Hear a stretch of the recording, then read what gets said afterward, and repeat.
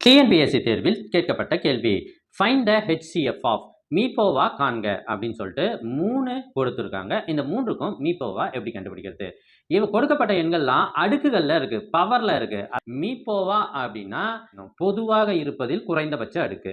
இப்போ இது 3த்துலயும் 2 பொதுவா இருக்கா அப்படின்னு பாருங்க. 3த்துலயுமே 2 பொதுவா இருக்கு. அப்ப 2 எழுதிக்குங்க. குறைந்தபட்ச அடுக்குன்னா இங்க கியூப்னு இருக்கு, இங்க ஸ்கொயர்னு இருக்கு, இங்க கியூப்னு இருக்கு. ஸோ இதுல கம்மின்றது 2. அப்ப 2 ஸ்கொயர்.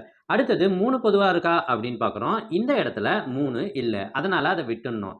அடுத்து இந்த 5 பொதுவா இருக்கா அப்படின்னு பார்க்குறோம். 3த்துலயுமே 5 இருக்கு.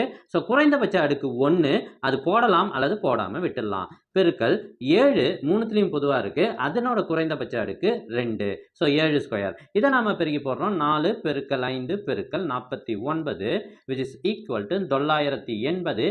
Option A. முழு வீடியோவைக்கான அம்புக்குறி காட்டுற இடத்துல கிளிக் பண்ணுங்க.